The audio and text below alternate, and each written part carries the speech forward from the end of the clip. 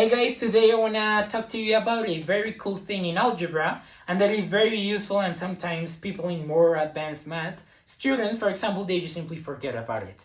And it's just very basic algebra. It is about how you divide polynomials. So let's dive into it.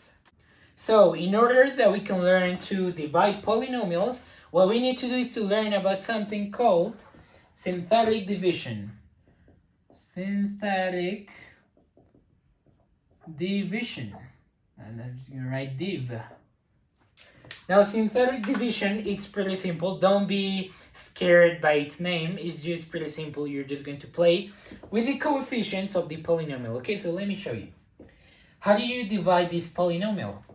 In this case, or well, in this case you would have a binomial or a linear term. In this case, remember, this could be like x, and this would be your y-intercept. That's why we say linear term.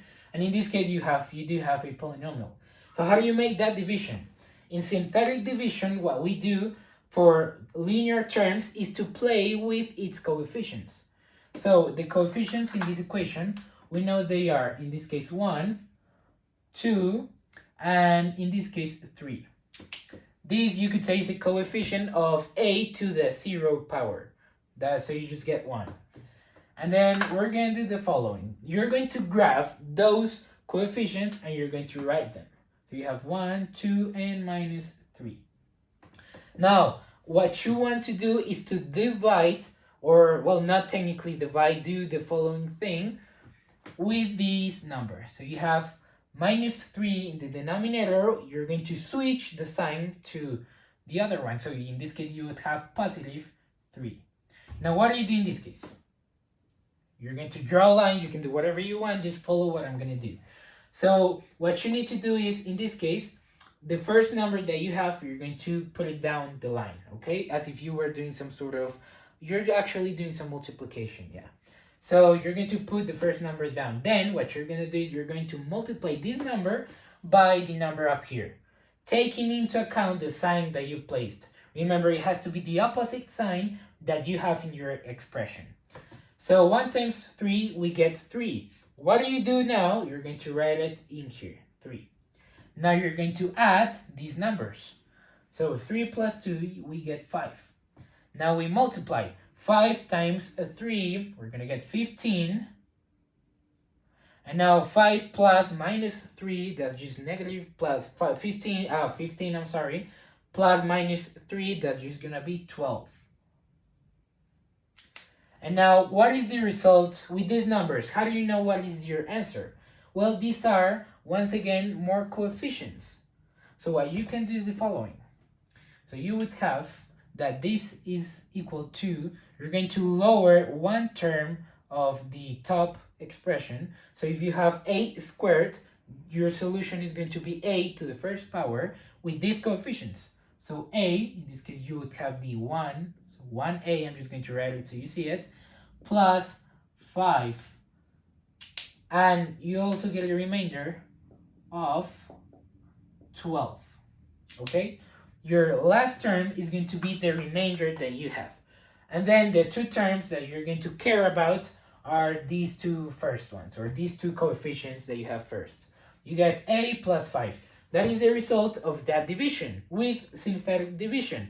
It's pretty simple. You just grab the first term, you put it down, then you multiply what you get, you add what you get, then what you get from this addition, you multiply, and you keep going. It's pretty simple. And the last term that you have is going to be your remainder.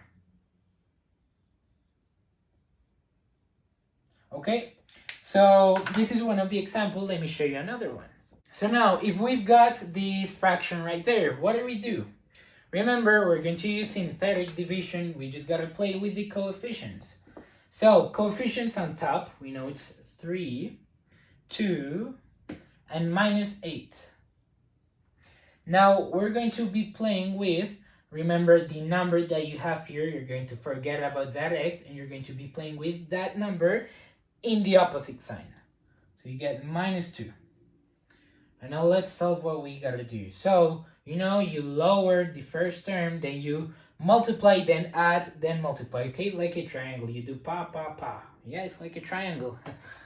So, We multiply, we get negative 6. 3 times negative 2, we get negative 6. We add, so you're going to get minus 4. And now minus 4 times negative 2, you get positive 8. And you add, you get 0.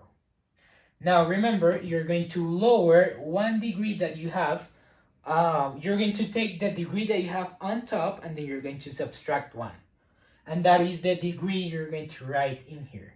So you would have 3x minus 4 as the answer for this, okay? Remember, this 3 is just simply this number that we got here, and then minus 4 is just this. The numbers that you get down here are the coefficients that you're going to place in your answer for this fraction, okay? It's pretty simple. Now, in this case, we got a remainder of 0, which means that this multiplication is, this division, is exact. So that means that the values fit perfectly into one another. So that also means that if you multiply x plus 2 times this, you should get back the initial value. Let's see that. So this would be like the proof of the fraction. So if we have 3x minus 4 times x plus 2, so this should be, now we FOIL, 3x squared. Now you see it's getting the form that we have, plus 6x minus 4x, that's just gonna give you the 2x that you have, and then minus 4 times positive 2, you get minus 8. Same thing that you have there, okay? So you see this division actually works. For this synthetic division method actually works, okay? So let's do some more examples. So let's try solving this example. Now once again, we're gonna be playing with the coefficients. So we've got 1 minus 11 for this term, and plus 30 for the term that is m to the 0 power. So now what you're gonna do is, remember, you're going to, this could be like your division sign or notation, for example. So you have the opposite sign, so you get 6, and now we play. So we lower down the first term, then remember the triangle, okay? So we multiply, so we get 6, then we place 6 here, and then we add. So 6 plus minus 11, that's just gonna be minus 5. And now minus 5 times 6, that's gonna be minus 30. It's gonna be, you add, so you get 0, okay? So these are our coefficients that we have. Now once again, we get a remainder of 0, which means that the division is exact. And we place these coefficients as our answer. Now we have a degree of 2, so we're going to subtract 1 degree, which is degree 1. So we would get m with degree 1 minus 5, okay? The first term that you have is the coefficient, the first number that you have is the coefficient that goes with the letter, with the variable. And then you have the constant number, which is whatever you get in the second place. And your third value, when you're dividing linear terms into polynomials, your third value is going to be your remainder. So this is our answer. Now what is the proof? Of course, if we multiply these two terms, we get m minus 5 times m minus 6, we should get these back. We get m squared minus 6m minus 5m. Now you see the minus 11m, and now these two, they get you positive, negative equals positive, so not 60, you get 30, yeah. So you get 30, okay? 5 times 6, you get 30, which is exactly the same thing that you have up there. So this is pretty simple. You just need to remember, see it like a triangle, okay? You go pa, pa, pa, okay? Fa, fa, fa. It's pretty simple. You multiply, and then you add, okay? That's what you've got to do. So I hope you guys enjoyed this video, learned something, and see you in the following one.